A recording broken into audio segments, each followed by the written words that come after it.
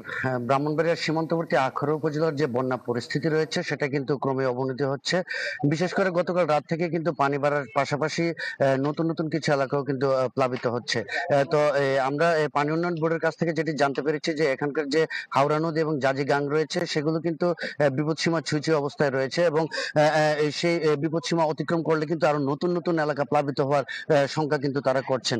তো আপনাকে জানিয়ে রাখি, গত মঙ্গলবার রাতের ভারী বর্ষণ এবং ভারতের ত্রিপুরা রাজ্যের পাহাড়ি ঢল কারণে কিন্তু আখাউড়ার প্রায় 34টি গ্রাম কিন্তু এখন পানিবন্দী। এর মধ্যে কিন্তু 520টি পরিবার কিন্তু এখন পানিবন্দী অবস্থায় কিন্তু দিন কাটাচ্ছে। তার মধ্যে কিছু কিছু পরিবার কিন্তু যে স্থানীয় সরকারের প্রাথমিক বিদ্যালয়গুলো রয়েছে সেখানে কিন্তু আশ্রয় কেন্দ্রে তারা কিন্তু আশ্রয় নিয়েছেন। তবে যারা এখানে আশ্রিত রয়েছেন তাদের যে সমস্যা হচ্ছে, এখানে শুকনো খাবার এবং সুপেয় পানির কিছু সংকট রয়েছে এবং তারা কিন্তু দাবি জানিয়েছেন যে তাদের জন্য যেন দ্রুত কিছু শুকনো খাবার এবং সুপেয় পানির ব্যবস্থা করা